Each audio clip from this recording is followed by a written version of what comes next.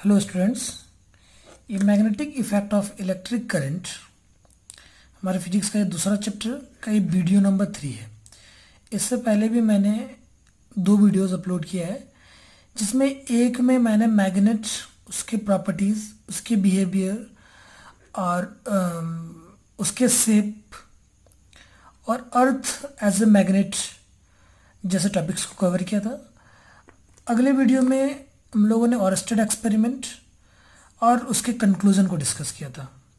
और अभी ये इस चैप्टर का वीडियो नंबर 3 है, जिसका में हमारा जो लीडिंग टॉपिक है, जो जो टॉपिक है, मेन टॉपिक वो क्या है? Magnetic field and magnetic field lines. इस वीडियो में, आज के इस वीडियो लेक्चर में हम लोग डिस्कस करेंगे कि मैग्नेटिक फील्ड और ये मैग्नेटिक फील्ड लाइंस क्या होता है, और आखिर ये मैग्नेटिक फील्ड लाइंस को पढ़ने का क्या इंपॉर्टेंस है, क्यों पढ़ते हैं, इसके प्रॉपर्टीज़ क्या होते हैं, और मैग्नेटिक फील्ड लाइंस हम लोगों को किन किन इंफॉर्मेशंस को प्रोवाइड करता है। तो ये जब हम लोग इलेक्ट्रिक पोटेंशियल वाले टॉपिक को पढ़ रहे थे या पोटेंशियल डिफरेंस वाले टॉपिक को पढ़ रहे थे, तो उस टॉपिक को पढ़ते हुए हम लोगों ने एक टर्म पढ़ा था। ठीक है, क्या पढ़ा था? Electric field. वहाँ पर हम लोगों ने एक टर्म पढ़ा था, क्या? Electric field.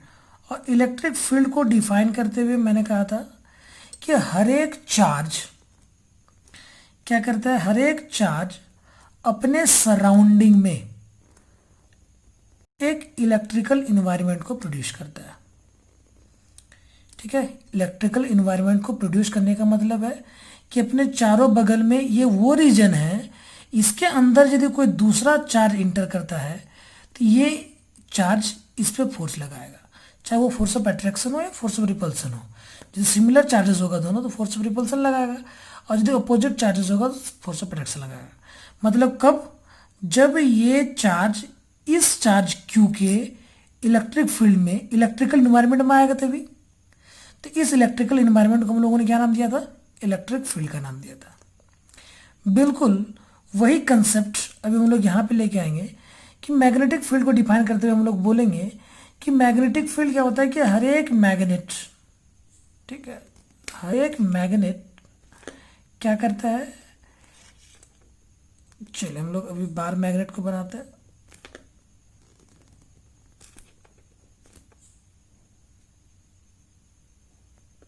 ठीक है, ये बार मैग्नेट है। तो हर एक मैग्नेट क्या करता है?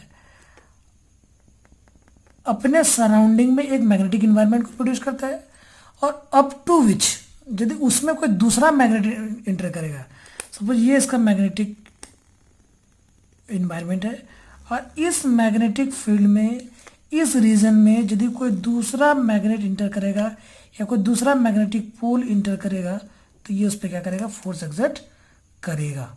ठीक है, तो इसी रीजन को हम लोग क्या बोलते हैं? Magnetic field. मतलब कि the field surrounding magnet up to which it can exert a force on another magnet or the magnetic material। मतलब कि वो रीजन जहां तक ये मैग्नेट दूसरे मैग्नेट या दूसरे मैग्नेटिक मटेरियल पे फोर्स एक्सर्ट कर सकता है, इसी को हम लोग क्या बोलते हैं? मैग्नेटिक फील्ड बोलते हैं। काफी मिलता जुलता टॉपिक है, सेम कंसेप्ट को लीड कर रहा है, इसको हम लोग बोलेंगे मैग्नेटिक फील्ड।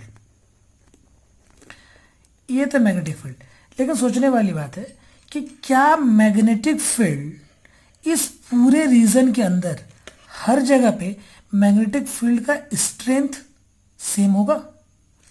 जैसे कि हम लोग की इसी रीजन के किसी 2 पॉइंट को डिस्कस करें। सपोज ये एक पॉइंट है P और ये दूसरा पॉइंट है Q। क्या P और Q दोनों जगहों पे मैग्नेटिक फील्ड का स्ट्रेंथ सेम होगा? क्या दोनों जगहों पे मैग्नेटिक फील्ड का डायरेक्शन सेम होगा? तो इन्हीं क्वेश्चंस को आंसर करने के लिए हम लोगों को पढ़ना पड़ता है क्या? Magnetic field lines. ये मैग्नेटिक फील्ड लाइंस हम लोगों को 2 चीज़ों को इन्फॉर्मेशन देता है, 2 चीज़ों का इन्फॉर्मेशन दे सकता है। क्या? कि किसी पर्टिकुलर जगह में मैग्नेटिक फील्ड का स्ट्रेंथ क्या है, और मैग्नेटिक फील्ड का डायरेक्शन क्या है। ये दोनों चीज़ों को के कंसेप्ट को लीड करता है कौन? तो मैग्नेटिक फील्ड लाइंस। ये हम लोगों को 2 चीज़ें बताएंगी।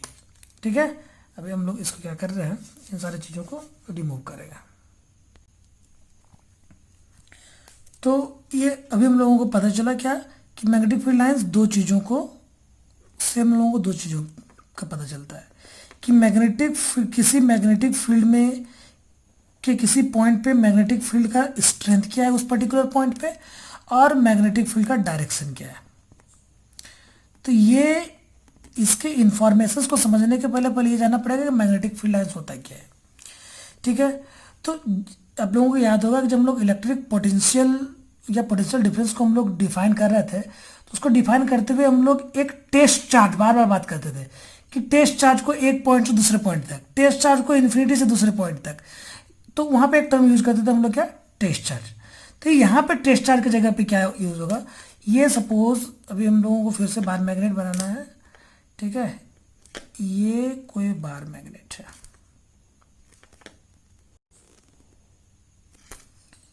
ये कोई बार मैग्नेट है।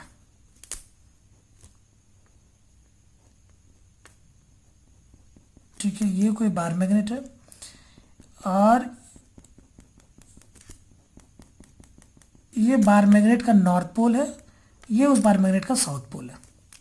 ठीक है, अभी हम लोग क्या करेंगे, एक हाइपोथेटिकल नॉर्थ पोल को, मतलब जिस तरह से वो टेस्ट चार्ज होता है बिल्कुल उसी तरह से हम लोग क्या करेंगे, एक टेस्ट पोल को, मैग्नेट का एक टेस्ट पोल को, वैसे तो हम लोग जानते हैं कि पोल सिंगली एग्जिस्ट नहीं कर सकता है, लेकिन यहाँ पे क्या करेंगे, हम लोग कंसिडर करेंगे कि ये क्या है, एक हाइपोथेटिकल नॉर्थ पोल है।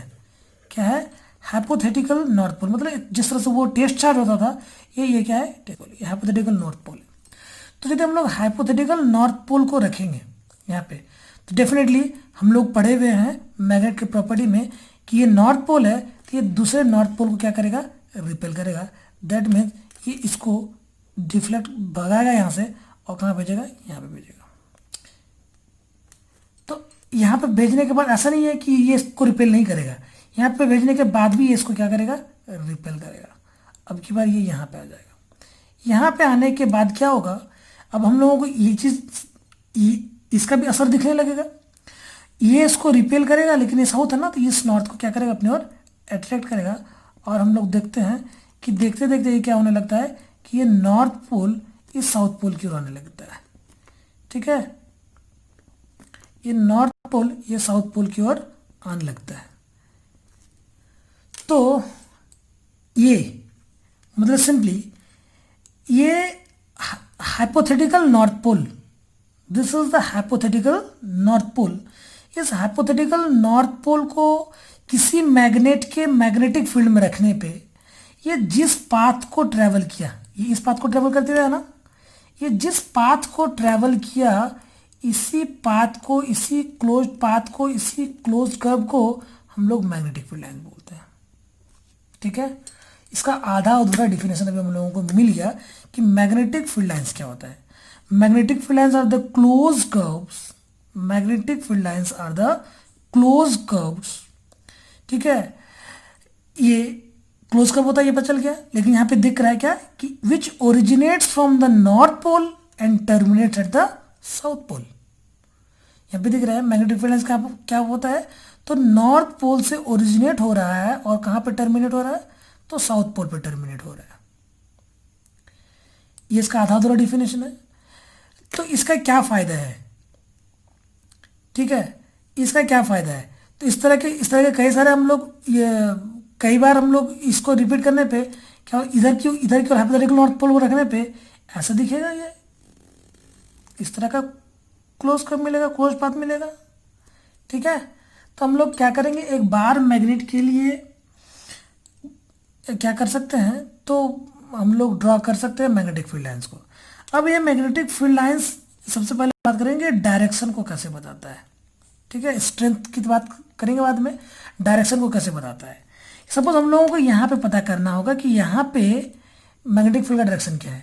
तो ये जो मैग्नेटिक फील्ड लाइंस है ना, जो कर्व मिला है ना, इस कर्व के अलग हम लोग एक टेंजेंट ड्रॉ करेंगे और टेंजेंट का जो डायरेक्शन होगा वही उस पॉइंट पे मैग्नेटिक फील्ड का डायरेक्शन होगा।